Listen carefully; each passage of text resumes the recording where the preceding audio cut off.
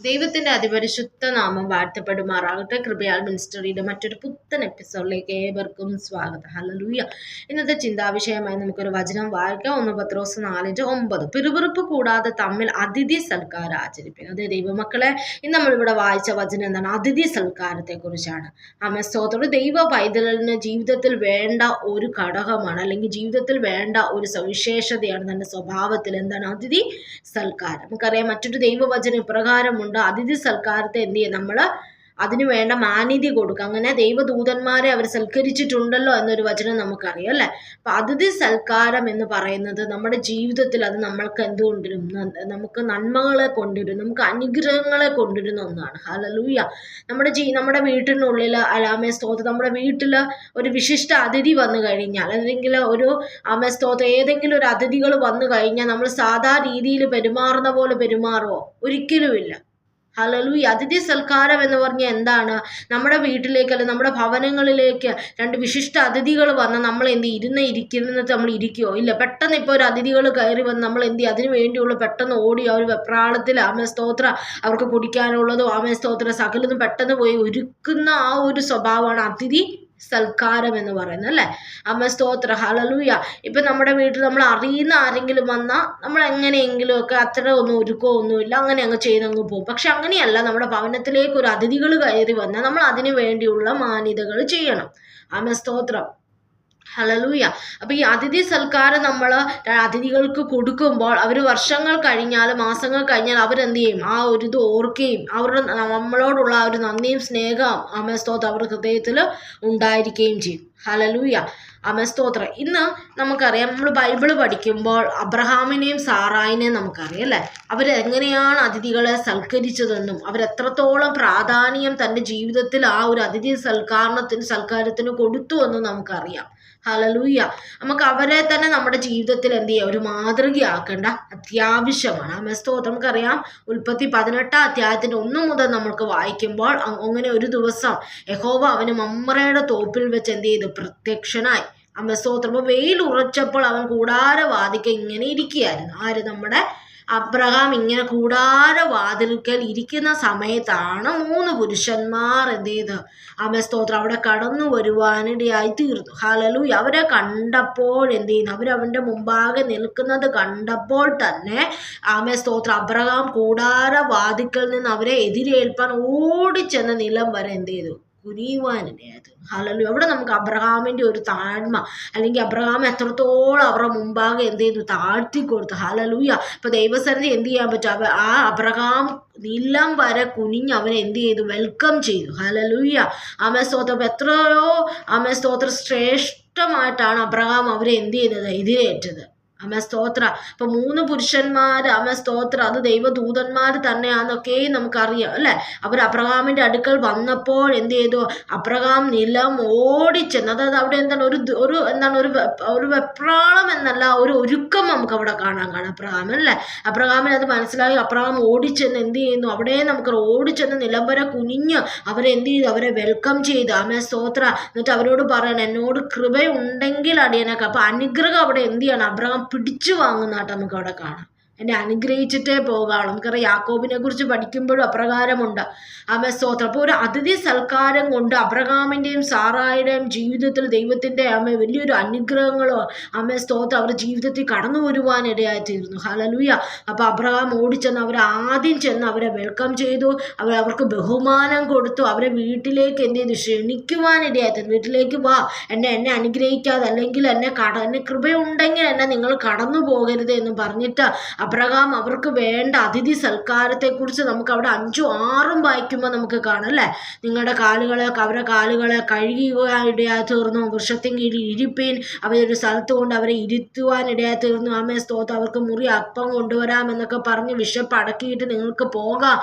സ്തോത്രം. അവരെ വളരെ രീതിയിൽ എത്രയോ ശ്രേഷ്ഠമായിട്ടാണ് അബ്രഹാം അവർക്ക് അതിഥി സൽക്കാരം കൊടുത്തത്, അല്ലേ? ഇതിനാലല്ലോ നിങ്ങൾ അടിയന്റെ അടുക്കൽ കയറി വന്നൊക്കെയും പറഞ്ഞു. അവൻ എന്ത് ചെയ്യാണ്? നീ പറഞ്ഞതുപോലെ ആകട്ടെ എന്ന് അവർ പറഞ്ഞു. അബ്രഹാം ഇഷ്ടപ്പെട്ട് കണ്ടോ, എത്രത്തോളം അവർ ആ ഒരു ഇമ്പോർട്ടൻസ് കൊടുക്കുവാണ് ആ ഒരു അതിഥി സൽക്കാരത്തെ. അമ്മേ തൻ്റെ ഭവനത്തിൽ വന്നവരെ സ്തോത്രം ഹല്ലേലൂയ അതീവ ശ്രേഷ്ഠകരമായി അവർക്കൊരു വിരുന്നൊരുക്കുക, അല്ലെങ്കിൽ അവർക്ക് അതിശ്രേഷ്ഠമായ ഒരു അതിഥി സൽക്കാരം കൊടുത്തു വിടുക. അത് അബ്രഹാമിൻ്റെ ജീവിതത്തിൽ അബ്രഹാം നമുക്കൊരു മാതൃകയാക്കി പറഞ്ഞു തരുവാണ് എത്രത്തോളം പ്രാധാന്യം താൻ കൊടുത്തിരുന്നു എന്നല്ലേ. നമുക്കറിയാം അതിൻ്റെ താഴേക്ക് വായിക്കുമ്പോൾ അവൻ ക്ഷണത്തിൽ എന്ത് ചെയ്തു, കൂടാരത്തിൽ സാറായുടെ അടുക്കൽ ചെന്ന് സാറായോട് പറ, നീ ക്ഷണത്തിൽ 3 ഇടങ്ങഴി മാവെടുത്ത് കുഴിച്ച് അപ്പം ഉണ്ടാക്കുക എന്ന് ആ സാറായോടും പറയാണ്. ആമേൻ സ്തോത്രം ഹല്ലേലൂയ. സ്തോത്രം ഹല്ലേലൂയ. അപ്പോൾ ഇവിടെ നമുക്ക് കാണാം അബ്രഹാം ഓടിച്ചെന്ന് കൂടാരത്തിൽ സാറായോട്. ഇപ്പോൾ സാറായും പെട്ടെന്ന് എന്ത് ചെയ്യാണ്, അതിൻ്റെ പരിപാടികൾ കാര്യങ്ങൾ ചെയ്യുവാണ് അല്ലേ.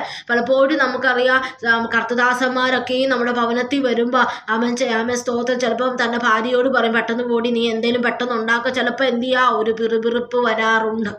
സ്തോത്ര ചിലപ്പോൾ നമ്മൾ ഇപ്പോൾ ഒരു പ്രാർത്ഥന വെച്ച് കഴിഞ്ഞാൽ അതിനുവേണ്ടി കുറേ കാര്യങ്ങൾ വീട്ടിൽ ചെയ്യുമ്പോൾ ചിലപ്പോൾ ദാസിമാർ അല്ലെങ്കിൽ ഭാര്യമാർ ചിലപ്പോൾ പിറുപിറുക്കാൻ, ഇതൊക്കെ എന്തിനാ സ്തോത്രം, ഇതൊക്കെ കൊടുത്തിട്ട് എന്താ എനിക്ക് വയ്യ ഇതൊക്കെയും ചെയ്യുക.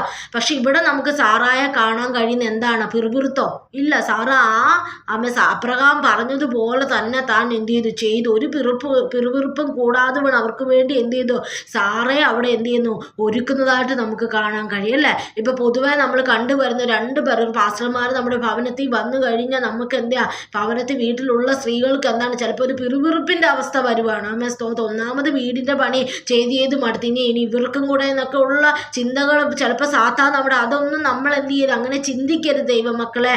സ്തോത്ര ദൈവമക്കൾ നമ്മുടെ ഭവനത്തിൽ വരുമ്പോൾ അല്ലെങ്കിൽ ഒരു പ്രാർത്ഥന വരുമ്പോൾ സ്തോത്ര ദൈവമക്കളെ വളരെ അധികമായി അത് നമുക്ക് നമ്മുടെ ജീവിതത്തിൽ അത് വേണ്ട ഒരു ഘടകമാണ്. ഹല്ലേലൂയ. അവരെ അതിശ്രേഷ്ഠമായി നമ്മൾ അവർക്ക് എന്ത് കൊടുക്കുക, അതിഥി സൽക്കാരം ചെയ്യുക.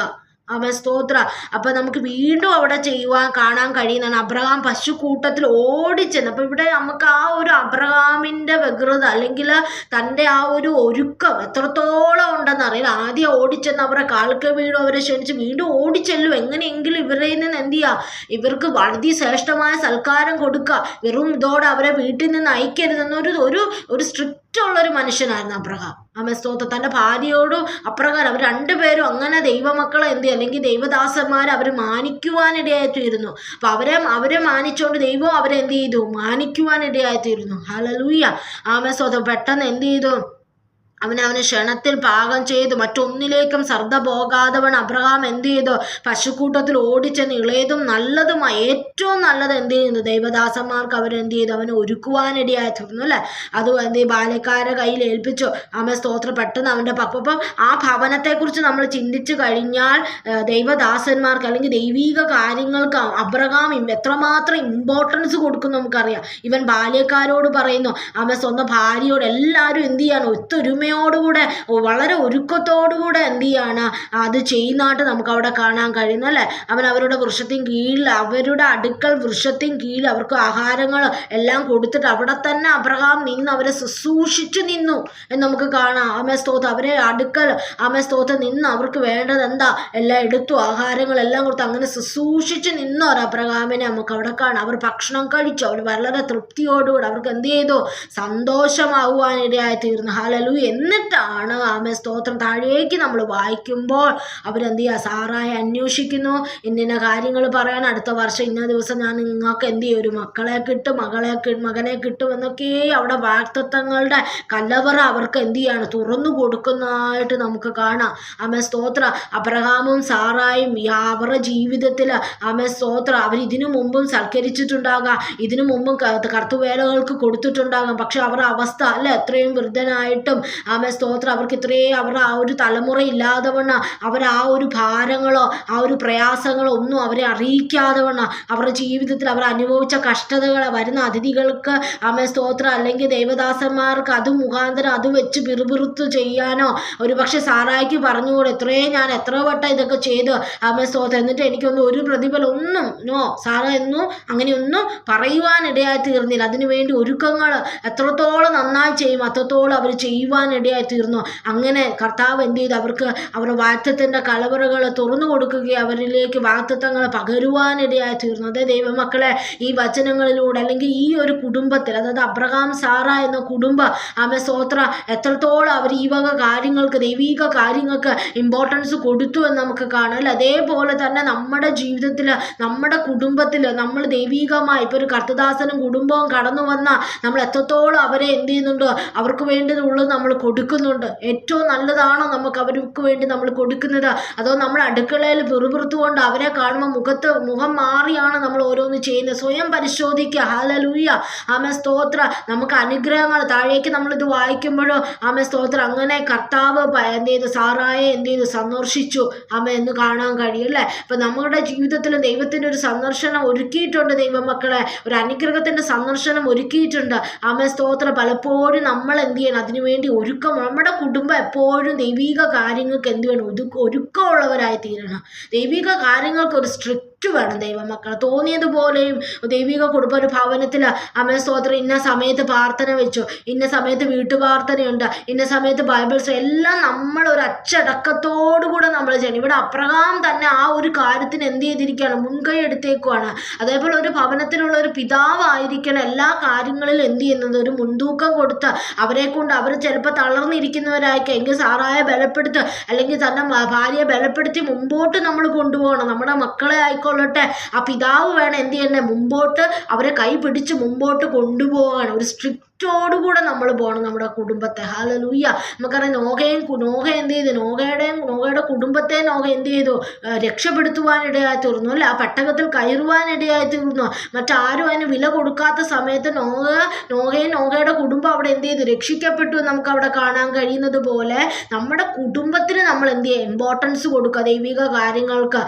സ്തോത്രം. എന്തുവായിക്കൊള്ളട്ടെ, ഒരു ഞായറാഴ്ച ആയിക്കഴിഞ്ഞാൽ അതിൻ്റെ പ്രഭാതം അല്ലെങ്കിൽ ഞായറാഴ്ച എന്തൊക്കെയാണോ നമ്മൾ ചെയ്യേണ്ട കാര്യങ്ങൾ നമ്മൾ ലോകപരമായിട്ടുള്ളതെല്ലാം ഒതുക്കി വെച്ച് നമ്മൾ എന്ത് ചെയ്യുക? ഒരു പൂർണ്ണതയുള്ളവരായി അവിടെ തീരണം. അല്ലെങ്കിൽ ഒരു ഒരുക്കത്തോടുകൂടെ ഞായറാഴ്ചയാണെങ്കിൽ ഒരു ദൈവിക അല്ലെങ്കിൽ ദൈവോവ ഭക്തന്റെ കുടുംബം എങ്ങനെ ആയിരിക്കണം, അതിനുള്ള അച്ചടക്കത്തോടുകൂടെ ഒരുക്കത്തോടുകൂടെ നമ്മളായ കർത്താവ് നമ്മളെ സന്ദർശിക്കും. നമ്മുടെ വിഷയങ്ങളെ കർത്താവ് അറിയും. സ്തോത്രം. നമുക്ക് വേണ്ടി ഇതെല്ലാം ദൈവം നമുക്ക് എന്ത് ചെയ്യും? പകർന്നു തരുവാനിടയായി തീരും. ഹല്ലേലൂയ. ഹല്ലേലൂയ. അതുകൊണ്ട് ഈ നാളുകളിൽ അതിഥി സൽക്കാരം നമ്മൾ എന്ത് ചെയ്യരുത്? മറക്കരുത്. നമ്മൾ ആദ്യം വായിച്ച തിരുവചനമാണ്, നിങ്ങൾ പിറുപിറുപ്പ് കൂടാതെ അതിഥി. അപ്പം നമ്മൾ ചിലപ്പോൾ പല അതിഥികളെയും നമ്മൾ കർത്തദാസന്മാർക്കൊക്കെ ചിലപ്പോൾ പിറുപിറുത്തിട്ടുണ്ടായിരിക്കും. പിറുപിറുത്ത് കഴിഞ്ഞാൽ അതിനൊന്നില്ല, ഒരു ഫലവുമില്ല ദൈവമക്കളെ. പിറുപിറുപ്പ് കൂടാതെ ഒരു ഗ്ലാസ് വെള്ളമാണോ നീ കൊടുക്കുന്നത്, അതിനെ നിന്നെ അനുഗ്രഹിക്കുന്ന ഒരു ദൈവം പൂർണ്ണ ഹൃദയത്തോടുകൂടെ ചെയ്യുക. സ്തോത്ര. അപ്പൊ നമ്മുടെ കുടുംബത്തിൽ നമ്മൾ എന്ത് ചെയ്യുക? ഈ അബ്രഹാമിനെയും സാറായിനെയും നമ്മൾ എന്ത് ചെയ്യണം? മാതൃകയാക്കണം. അവരെത്രത്തോളം ബഹുമാനം കൊടുത്തു, എത്രത്തോളം അബ്രഹാം അവരെ ശുശ്രൂഷിച്ചു. സ്തോത്ര. സാറായാണേലും പിറുപിറുപ്പ് കൂടാതെ വണ്ണം തൻ്റെ ഭർത്താവ് പറഞ്ഞതുപോലെ സകലതും ചെയ്യുവാനിടയായി തീർന്നു. ഹല്ലേലൂയ. ആ സാറായെ അവർ അന്വേഷിക്കുവാനും ഇടയായി തീർന്നു. അവർ സന്ദർശിച്ച സ്തോത്രം. അവർ വാഗ്ദത്തം പ്രാപിക്കുവാനിടയായി തീർന്നു. ഹല്ലേലൂയ. സ്തോത്രം. അതുകൊണ്ട് ദൈവമക്കളെ, ഈ തിരുവചന പ്രകാരം നമ്മൾ എന്ത് ചെയ്യുക? നമ്മുടെ കുടുംബത്തെ നമ്മൾ എന്ത് ചെയ്യുക? ക്രമപ്പെടുത്തുക. ഓരോ ദൈവീക കാര്യങ്ങൾക്ക് അച്ചടക്കമുള്ളവരാക്കി തീർക്കുക. സ്തോത്ര. ചിലപ്പോൾ നമുക്കത് വളരെ ബുദ്ധിമുട്ടായിരിക്കാം അല്ലേ? മക്കൾ ചിലപ്പോൾ അനുസരിക്കാത്തവരായിരിക്കാം, അവരോട് എത്ര പറഞ്ഞാലും മനസ്സിലാക്കാത്തവരായിരിക്കാം. എങ്കിൽ ദൈവവചനം കൊണ്ട് അവരെ എന്ത് ചെയ്യുക? മനസ്സിലാക്കുക. അല്ലെ? ദൈവസന്നിധിയിൽ അതിനുള്ള കൃപകൾ പ്രാപിക്കുക. ദൈവസന്നിധി ഒരുക്കത്തോടുകൂടെ നമുക്കായിരിക്കുക. ദൈവീക കാര്യങ്ങൾക്ക്, അതായത് കർത്തദാസന്മാരൊക്കെ ആരെ എന്ത് ചെയ്യുക? മാനിച്ചു വിടുന്ന ഒരു സ്വഭാവം നമുക്ക് വേണം. സ്തോത്ര. അവരെ ഏറ്റവും നന്നായി, ഏറ്റവും ശ്രേഷ്ഠത അവർക്ക് കൊടുക്കാം. അതുപോലെ അവരെ എന്ത് ചെയ്യുക? മാനിച്ചു വിടുക. ദൈവമക്കളെ, കർത്താവിന്റെ വചനം ഇപ്രകാരം പറയുന്നു, എന്നെ മാനിക്കുന്നവനെ ഞാനും മാനിക്കും. ഹല്ലേലൂയ. അതുകൊണ്ട് ആകയാൽ ഈ വചനങ്ങളാൽ ദൈവം നമ്മൾ ഓരോരുത്തരെ അനുഗ്രഹിക്കുമാറാകട്ടെ. God bless you.